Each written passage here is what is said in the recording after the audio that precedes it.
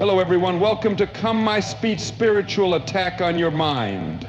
Let me tell you something today. The real war you're fighting is not out there, it's up here.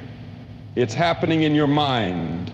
And if you don't wake up to that fact, you're already losing battles you don't even see. Fear is a powerful force. It creeps into the mind, whispering doubts, amplifying worries, and distorting reality. It does not come all at once. It starts as a small, nagging thought, a moment of hesitation, a quiet concern that lingers in the back of your mind. And then, like a wildfire, it spreads. Suddenly, every thought is clouded with anxiety. Every decision feels like a burden.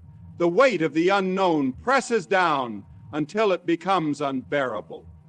There are moments when fear feels justified, a difficult situation, an uncertain future, a challenge too great to handle. These things naturally bring concern. But there is a difference between reasonable caution and overwhelming fear. One allows you to act wisely while the other paralyzes you. One pushes you forward with careful steps while the other keeps you trapped in a prison of indecision. When fear takes over, it does not just affect the mind, it takes hold of the heart, the body, the very soul. It keeps you awake at night, drains your energy, and steals your peace. Anxiety often begins with a single thought: what if? What if things go wrong? What if I fail? What if I'm not good enough? These thoughts seem harmless at first, just small concerns that pass through the mind. But when left unchecked, they begin to multiply. Each worry builds on the last, growing stronger, louder, more convincing. Before long, the mind is trapped in a cycle of endless fear, always anticipating the worst, always expecting disaster. There is a reason why fear is one of the most powerful weapons in spiritual warfare. It does not need physical force to break a person. It only needs a foothold in the mind. Once fear takes root, it can weaken even the strongest faith. It makes a person question what they once believed.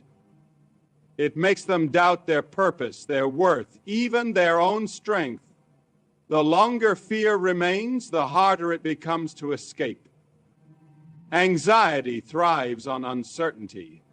It makes the unknown feel unbearable, turning every unanswered question into a source of torment.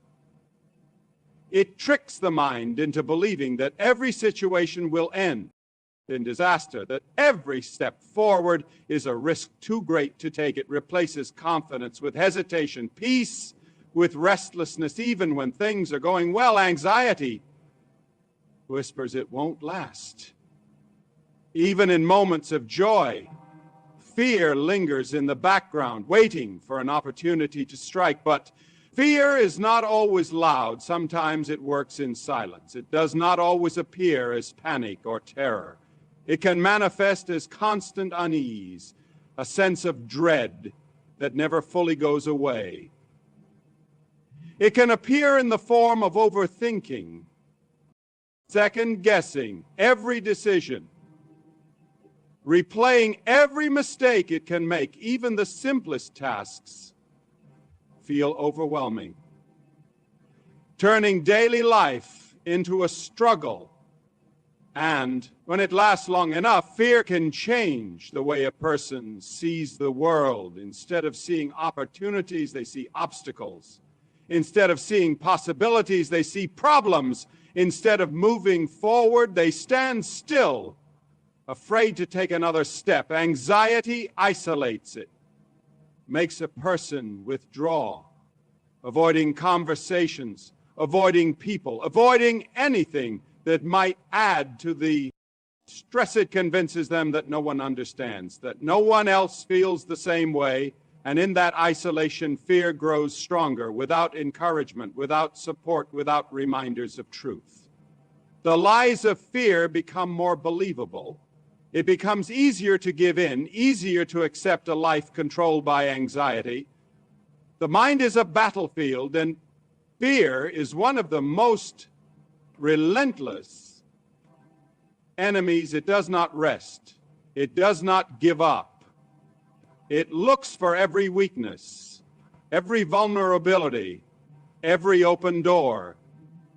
It twists reality, magnifies problems, and minimizes strength. It makes obstacles seem impossible to overcome, even when the truth is far different. And the more power fear is given, the more it takes.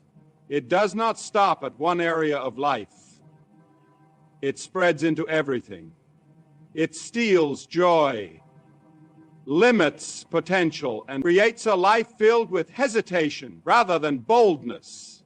When fear takes hold, it becomes difficult to focus on anything else. The mind races with worst-case scenarios, unable to find rest, even in moments of quiet. The thoughts persist, refusing to let go. There is no peace, no stillness. Only an overwhelming sense of dread. The future feels uncertain.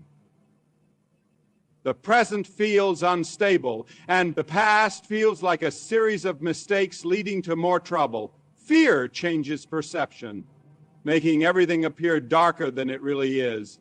Even hope begins to seem distant, as if it belongs to someone else, but not to you.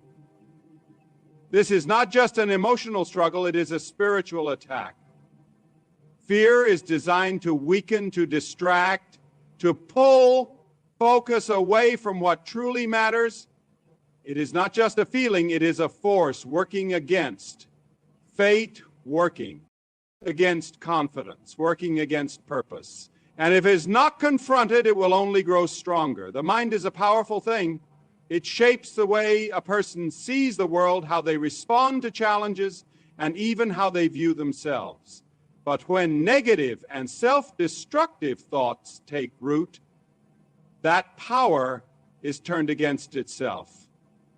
What once was a place of confidence and clarity becomes a battlefield of doubt, insecurity, and relentless inner criticism. These thoughts do not appear overnight. They begin as quiet whispers in the back of the mind, barely noticeable at first. A passing thought of inadequacy, a moment of comparison, a brief feeling of failure, and then they grow, they repeat, they strengthen. They become the dominant voice in the mind, drowning out truth, replacing it with lies. Negative thoughts often disguise themselves as logic. They sound reasonable, even convincing. They say, you will never be good enough. You always make the wrong choices. You are too weak to change. They masquerade as reality, but they are far from it. They do not reflect the truth. They reflect fear, insecurity, and a distorted perspective. And yet, because these thoughts come from within, they are easy to believe. It is easier to doubt oneself than to stand against an unseen force. It is easier to accept defeat than to fight against an invisible enemy. Self-destructive thoughts go beyond simple negativity. They are not just about feeling discouraged or uncertain. They attack identity, worth, and purpose. They tell a person, and they are a failure, that their past defines them, that they are unworthy of love or success.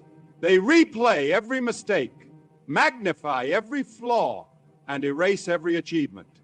They convince a person that they are trapped, that change is impossible, that no matter what they do, they will never break free. These thoughts do not need to be loud to be powerful. Even in silence, they do their work shaping the way a person sees themselves and the world around them. Comparison fuels these thoughts, making them even more dangerous. Looking at others who seem to have it all together who appears successful, happy, and confident only deepens the sense of inadequacy. The mind begins to say, why can't you be like them? What's wrong with you? It creates a false reality where everyone else is thriving while failure becomes a personal identity. So social media conversations and even simple observations add fuel to the fire, reinforcing the idea that somehow, no matter how hard they try, they will never measure up. Guilt also plays a significant role. The mind holds on to past failures, replaying them like a broken record. Every wrong decision, every missed opportunity, every painful memory resurfaces, reminding a person of their shortcomings. It tells them they are beyond redemption, beyond help, beyond a second chance. It whispers, if only you had done things differently. If only you were stronger, smarter, better. And the longer these thoughts remain, the deeper they settle. They do not just affect emotions, they begin to shape actions, choices, and behaviors. When a person believes these lies long enough, they begin to act. Accordingly, they stop trying, they stop hoping, they settle into patterns of self-sabotage, convinced that success is not meant for them. Fear of failure keeps them from taking risks.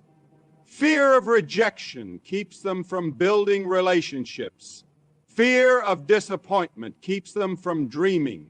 It becomes a cycle. Negative thoughts lead to negative choices, and those choices reinforce the belief that they were never capable to begin with. Isolation is another result. The more these thoughts take over, the harder it becomes to reach out for help. The idea of burdening others with these struggles feels overwhelming. The fear of being misunderstood or judged keeps them silent. And in that silence, the darkness grows. Without support, without encouragement, without truth, the lies, the negative thoughts take full control. They dictate self-worth, shape emotions, and determine every decision. They push a person deeper into hopelessness, making even the idea of change seem impossible. This battle of the mind it does not give up. It finds every weak moment, every vulnerability, every past wound, and uses it as a weapon. It convinces a person that they are unworthy of love, of happiness, of a better life. It makes them believe that the world would be better without them, that their existence is a mistake, that no one truly cares. And once these thoughts take hold, they are difficult to escape. They demand attention, they consume energy, and they make even the smallest task feel impossible. The effects are not just emotional or mental, they take a toll on the body. The exhaustion of constantly battling negative thoughts leads to stress, headaches, tension, and even illness. Sleep becomes restless, and energy fades every day, feels like a struggle just to get through, and the simplest joys of life seem distant, unreachable, even in moments of happiness. There is a lingering shadow, a quiet voice waiting for the right moment to remind them of their perceived failures. The most dangerous thing about these thoughts is that they feel personal. They do not come from an external source where they can easily be ignored or dismissed. They come from within, making them feel like absolute truth. And because they feel personal, they feel impossible to fight. They become a part of identity, shaping the way a person speaks, acts, and even sees the future. They make success feel like a risk. Relationships feel like a risk, and peace feel like an illusion. This battle is not one that can be ignored. It does not go away on its own. It grows in silence, in isolation, in avoidance, It feeds on fear, on past wounds, on insecurities. And the longer it is left unchallenged, the stronger it becomes. There was a time when prayer felt natural, when opening the Bible brought peace, wisdom, and a sense of connection. There was a time when seeking truth was not a chore, but a desire, a longing for something greater than the world could offer. But now something has changed. The passion has faded. The fire that once burned bright feels like dying. Embers, the words on the page, no longer stir the heart. The prayers that once felt powerful now feel empty, forced, or routine. And the silence feels heavier than ever before. It does not happen suddenly. The loss of passion for prayer in Scripture is not like a switch that turns off overnight. It happens gradually, almost without being noticed. One day, reading the Bible is skipped because life feels busy. The next day, prayer is cut short because exhaustion takes over. Then, little by little, it becomes easier to put it off, easier to go through the motions without feeling anything at first. There is a sense of guilt, a small tug at the heart, reminding you of what is missing. But after a while, even the guilt begins to fade, spiritual dryness sets in, and before long, the desire to seek is replaced with indifference. The distractions of life play a role in this slow drift. Responsibilities, stress, and the constant pull of the world make it easy to prioritize everything else. The mind becomes filled with worries, deadlines, and endless demands, leaving little space for quiet reflection. Prayer feels like another task on an already overwhelming list. Reading Scripture feels like something that can wait until there is more time, more energy, more focus. But the days turn into weeks, and the weeks turn into months, and soon the connection that once felt so strong begins to feel distant. Doubt also plays its part. The thoughts begin to whisper. Does it really make a difference? Is anyone really listening? The unanswered prayers, the struggles that have not disappeared, the moments of waiting with no clear response, all of it starts to wear down the faith that once seemed unshakable. Slowly, the belief that once felt like a foundation begins to feel like a question. And in that questioning, the hunger fades. The Bible that once spoke directly to the heart now feels like words on a page. The conversations that once flowed freely in prayer now feel like one-sided monologues. The passion that once drove the Spirit forward now feels like a distant memory. The battle is not just external, it is internal. Guilt creeps in, whispering, "You are failing. You are not strong enough. You should be better than this." But instead of drawing closer, guilt pushes further away. The shame of inconsistency creates a cycle. The longer prayer is neglected, the harder it becomes to return. The longer Scripture remains unopened, the more intimidating it feels to start again. And so rather than confront the emptiness, it becomes easier to avoid it, to distract, to focus on other things, and hope that the fire will reignite on its own. Emotional exhaustion takes its soul. When the heart feels weary, when life feels overwhelming, when struggles persist. Without relief, it becomes harder to engage spiritually. The energy to pray fades. The effort to seek truth feels too great. There is an unspoken frustration, a quiet wondering of why faith feels distant, why the same passion that once came so easily now feels out of reach. And in that exhaustion, resignation, say that's in the thought, comes maybe this is just the way things are now. Even the enemy knows the power of prayer and Scripture, and so the attacks are subtle but effective. The distractions multiply. The doubts increase. The mind is filled with everything except the things that nourish the soul. And the further a person drifts, the more normal it begins to feel. The less urgent it seems to return. The passion that once burned with conviction now flickers, weakened by the weight of life, of doubt, of silence. The connection that once felt unbreakable now feels distant, not because it is truly gone, but because the heart has wandered far from where it used to be.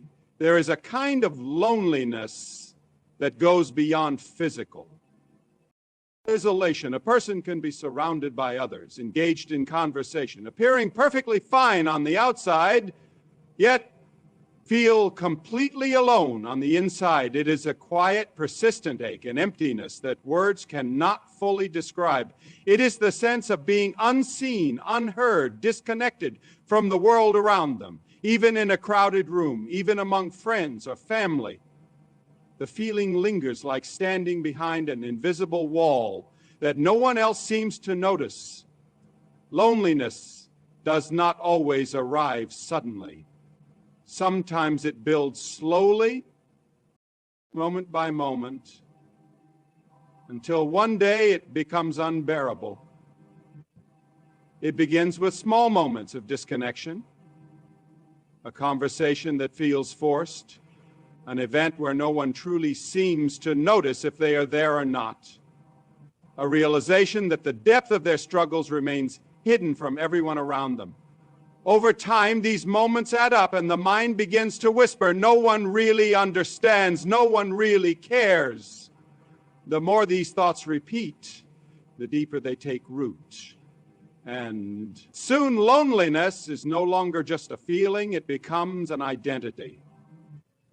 It is more than just being alone.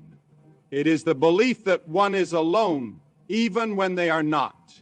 It is the quiet voice that says you don't belong. It convinces a person that they are different, that they do not fit in, that no one would truly accept them if they knew the full depth of their thoughts, their fears, their struggles. It creates a barrier, making it difficult to reach out, to connect, to trust. The longer this feeling remains, the harder it becomes to break free, the more someone believes they are alone. The less likely they are to let anyone in. Past wounds play a role in deepening isolation, betrayal, rejection, loss. Each painful experience builds another layer of distance between a person and the world around them. The mind begins to protect itself, convincing them that staying guarded is safer than risking further pain. It becomes easier to retreat, to keep conversation shallow, to avoid vulnerability. But in doing so, the loneliness only grows stronger. The very thing they need, genuine connection, becomes the thing they fear the most. Even the presence of social media and constant communication does not erase loneliness. If anything, it often makes it worse. Scrolling through images of others laughing, celebrating, achieving, creates the illusion that everyone else is connected while they remain on the outside looking in. It reinforces the lie that they are the only one struggling, that they are the only one who feels this way. But the truth is, loneliness is far more common than it seems. Many carry the same hidden ache, the same silent longing for deeper connection, but few speak about it. Loneliness affects not just the mind, but the heart and body as well. It drains energy, making even simple tasks feel exhausting. It steals joy from moments that should be meaningful. It creates a heaviness that lingers throughout the day, making everything seem dull, distant, empty. And at night, when the world is quiet, the weight of isolation becomes even stronger. The thoughts grow louder, the silence feels heavier, and the question echoes once again. Does anyone truly see me? There is a danger in prolonged isolation. The more disconnected someone feels, the more they withdraw. The more they withdraw, the deeper the loneliness becomes. It turns into a cycle that feeds itself, pulling them further away from relationships, from hope, from the possibility of change. And as time passes, it becomes harder to believe that things could ever be different. It becomes easier to accept loneliness as a permanent state rather than something that can be overcome. The enemy of the soul knows the power of isolation. When a person feels alone, they are more vulnerable to doubt, to fear, to hopelessness. They begin to believe lies about themselves, that they are unworthy, that they are forgotten, that their presence does not truly matter. These thoughts work to weaken their spirit, to keep them from reaching out, to convince them that isolation is their only reality.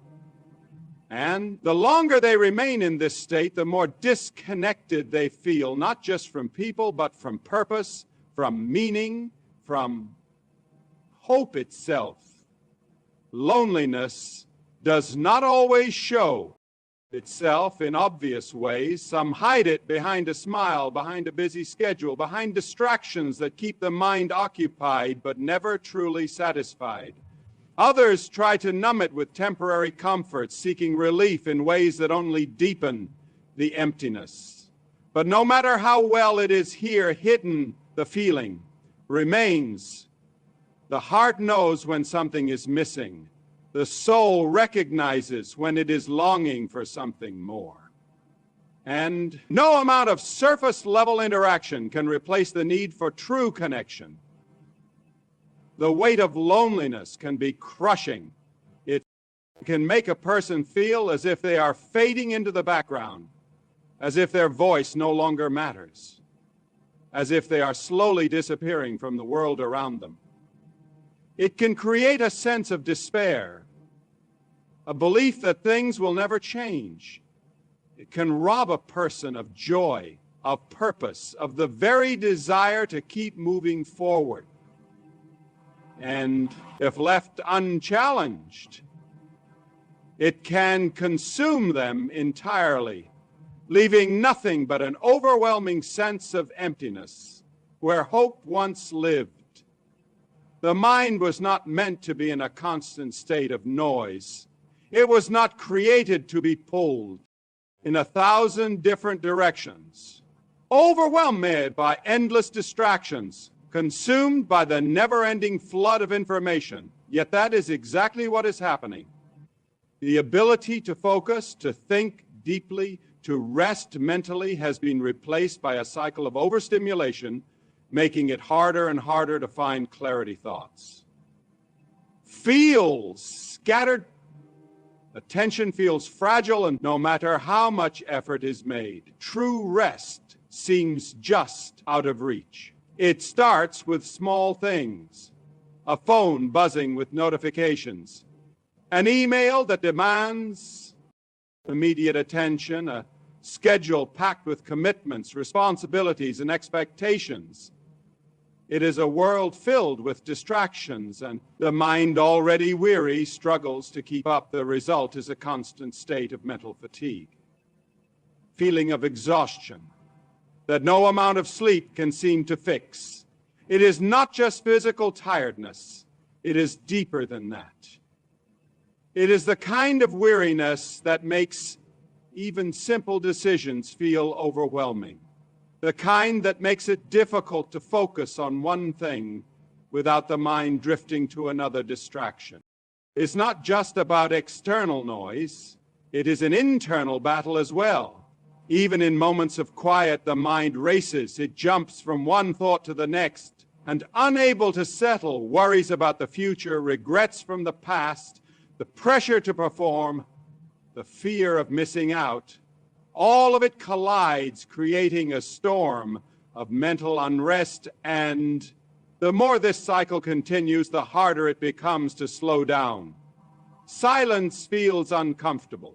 Stillness feels unnatural. The mind craves movement, but at the same time it longs for peace. This constant state of distraction does not come without consequences. It weakens focus, making it difficult to engage fully in anything. Conversations become shallow because the mind is elsewhere. Tasks take longer to complete because attention keeps drifting. Even moments of joy feel distant, as if they are being experienced through a fog. The ability to be present, to truly absorb the moment, is slowly slipping away, replaced by a restless need to move on to the next thing. Mental fatigue sets in, draining energy, motivation, and clarity.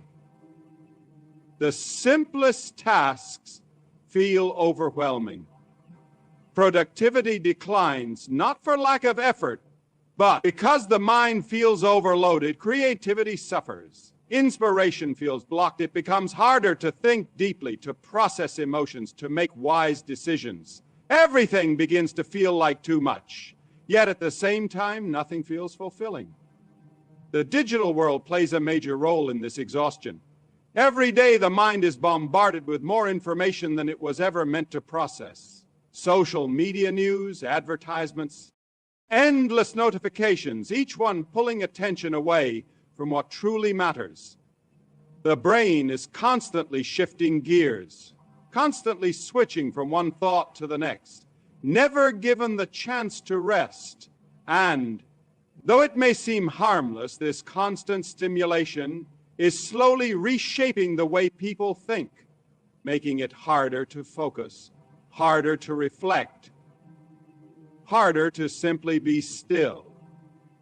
Even in moments meant for rest, the mind remains restless. An ability to disconnect, to truly unwind, keeps the brain in a constant state of activity, and when the body and mind are both running on empty, everything else begins to suffer: mental health, emotional stability, relationships, and even faith. The worst part of distraction and mental fatigue is that they keep a person from recognizing just how deep the problem has become. The busyness, the noise, the overstimulation, it all creates an illusion of productivity, as if constantly moving means progress. But in reality, it is only keeping the mind trapped in a cycle of exhaustion. The ability to think clearly, to hear truth, to engage in meaningful reflection, it all fades under the weight of constant distraction. And the longer this pattern continues, the harder it becomes to break free. Temptation does not always come in obvious ways. It does not always arrive with a clear warning or a sudden shift. More often than not, it begins subtly, quietly creeping into the mind like a whisper. It presents itself as a harmless thought, an innocent distraction, a small compromise that seems insignificant, but once it takes root, begins to grow. The more attention it receives, the longer it becomes. And before long, what once seemed like a passing thought becomes a struggle, a battle that feels almost impossible to win. Doubt follows a similar path. It does not start with an explosion, but with a seed, a small question, a fleeting uncertainty, a thought that suggests something may not be as true as once believed at first. It's easy to push aside, to ignore, but if it lingers, if it is entertained, it begins to spread. One question leads to another. One moment of hesitation gives way to deeper uncertainty, and soon the things that once felt unshakable begin to feel fragile. Temptation and doubt often work together. When a person is tempted, doubt enters to justify the action. It whispers, "Is it really so wrong? Does it even matter?" When a person struggles with doubt, temptation increases its pressure, offering relief, distraction, or a false sense of control. They feed off each other, creating a cycle. that weakens resolve, shakes confidence, and clouds judgment. The mind is the battlefield where these struggles take place. It is where temptation first appears, where doubt first takes hold. The thoughts that seem small and insignificant at first are often the ones that become the most dangerous over time. A single compromising thinking can open the door to deeper struggles. A single question left unguarded can turn into full-blown uncertainty.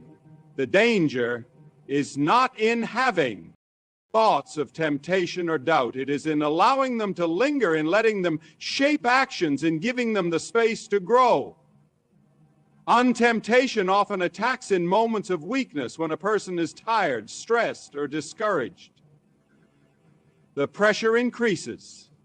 It comes in the form of escape, promising relief from pain, or exhaustion. It offers short-term pleasure while hiding long-term consequences. It convinces the mind that giving in just once will not make a difference, that small compromises do not matter, but every decision shapes the heart. Every action builds a pattern, and every moment of surrender makes it harder to resist the next time. Doubt too intensifies in seasons of struggle, when prayers seem unanswered, when difficulties persist, when life does not go as expected. The questions grow louder. Where is the answer? Why is this happening? Is there even a plan at all? The foundation that once felt strong begins to feel unstable. The mind searches for certainty, but finds only more questions. And as doubt grows, so does distance. The things that once grew comfortably. Many of you do not avoid life. Brought comfort no longer feel the same. The words that once brought clarity now feel distant. The presence that once felt so near now seems out of reach. The enemy knows the power of doubt. He knows that a mind filled with questions is a mind that hesitates. He knows that when confidence is shaken, decisions become weaker and conviction begins to waver. And so he does not need to destroy faith all at once. He only needs to introduce enough uncertainty to weaken it, enough hesitation to create distance. He uses past failures as proof that victory is impossible. He reminds of past mistakes, whispering that change is not real, that growth is temporary, that no matter how much effort is made, failure is inevitable.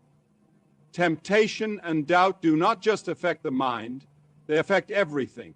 They create exhaustion, frustration, and discouragement. They lead to regret, to guilt, to a sense of failure that weighs down the spirit, and the longer they persist, the harder it becomes to break. Free the desire to fight. Fades the belief that things can be different. Doubt intensify at certain moments. They do not appear randomly. They come when a person is on the edge of breakthrough, when they are about to step into something greater, when they are in the middle of growth but are not yet fully stable.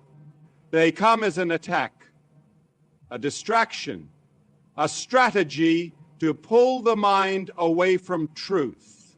And more a person, E&T, attains them, the more power they gain, the more space they are given, the stronger they become. And if left unchallenged, they will continue to grow until they control everything. There are times when the weight of life feels heavier than it should. It is not just exhaustion from a long day, not just sadness from a single event, but something deeper, something that lingers, something that presses down on the heart and find with no clear explanation. It is an unshakable heaviness, an invisible burden. that makes even simple tasks feel overwhelming. The world moves forward, life continues as usual, but inside, everything feels slow, heavy, and empty. It is difficult to explain to others because nothing specific seems to be wrong. There was no great tragedy, no obvious cause, yet the weight is there.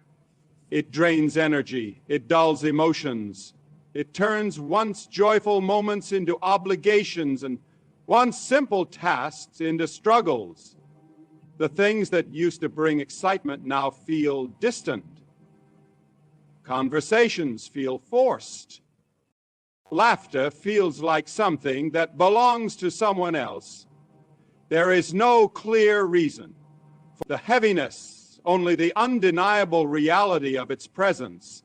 This kind of oppression does not always come with warning signs. It does not announce its arrival. It simply appears, settling in like a fog, making everything unclear. It distorts perception, making small problems feel like impossible obstacles. It whispers lies, telling the mind that things will never change, that nothing will get better, that this feeling is permanent. And the more those thoughts are entertained, the stronger they become. Even faith begins to feel distant under the weight of this burden. The things that once brought comfort, prayer, scripture, worship, feel empty. It is not that belief disappears, but that the connection seems weaker, as if a barrier has formed between the heart and truth. The desire to seek help, to reach out, to fight through the darkness fades. Isolation becomes easier. Silence feels safer. And in that silence, the weight grows heavier. Depression does not always come in the form of uncontrollable sadness. Sometimes it comes as numbness, as apathy, as the inability to feel anything at all. It robs the mind of clarity and the heart of passion. It creates a cycle, one where exhaustion leads to inactivity. Inactivity leads to guilt, and guilt deepens the heaviness. The motivation to break free is there, but the strength to do so feels absent. The battle is not just physical, it is mental, emotional, and spiritual all at once. The enemy of the soul uses this heaviness to weaken, to isolate, to discourage. He knows that when a person feels weighed down, they are less likely to fight back.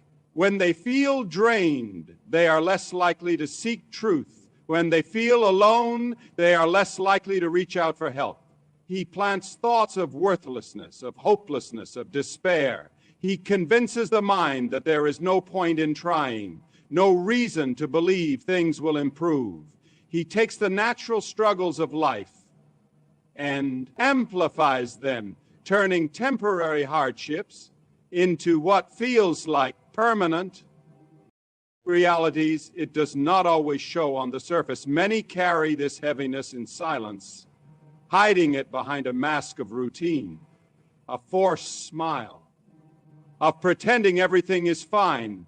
They function, they fulfill their responsibilities, they keep moving, but inside, the weight remains. And the longer it stays hidden, the more power it has. The more it is ignored, the harder it becomes to confront. This battle is not one of logic alone.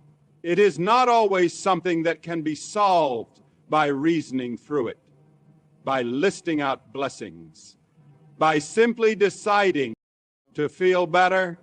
It is deeper than that. It is something that grips the heart, clouds the mind, and weighs down the soul. It is a heaviness that words often fail to describe, but one that is very real to those who carry it. The struggle is not just about emotion, it is about identity. It attacks confidence, making a person feel like they are failing, like they are not enough, like they will never be free from this weight. It creates doubt, making it harder to trust, harder to believe, harder to hold on to hope. It distorts Perspective making the past seem more powerful than the future, making struggles feel bigger than strength, making darkness feel stronger than light. This kind of heaviness does not lift easily. It resists change. It tries to convince the mind that this feeling will last forever, that this is just the way things are now.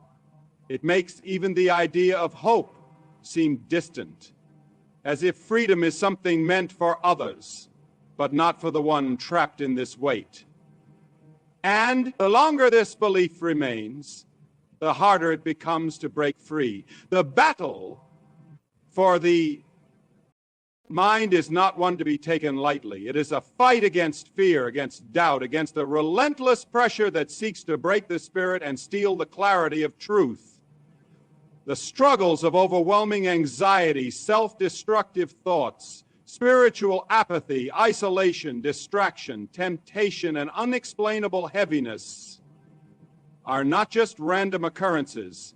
They are calculated attacks designed to weaken, to discourage, and to pull away from the path of faith and purpose. These battles do not come all at once, but they build over time, a small whisper of doubt, a lingering fear, a subtle distraction. Each one may seem insignificant on its own, but together they create a storm that clouds the mind and burdens the heart. And if left unchecked, they grow stronger, making it harder to see clearly, harder to stand firm, harder to believe in the things that once felt unshakable.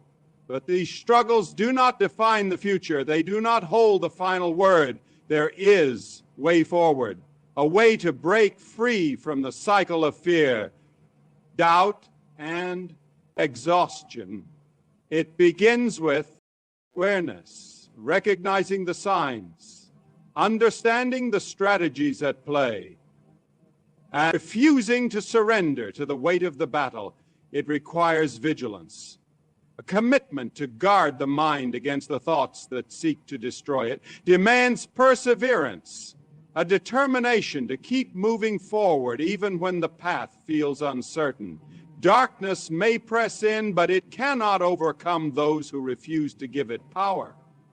The mind may be attacked, but it is not without defense. The heart may feel weary, but it is not without hope. The struggles may feel overwhelming, but they are not permanent. Victory does not come by avoiding the battle. It comes by standing firm in the midst of it, refusing to be defined by the attacks, and choosing to press on despite the weight that seeks to hold back.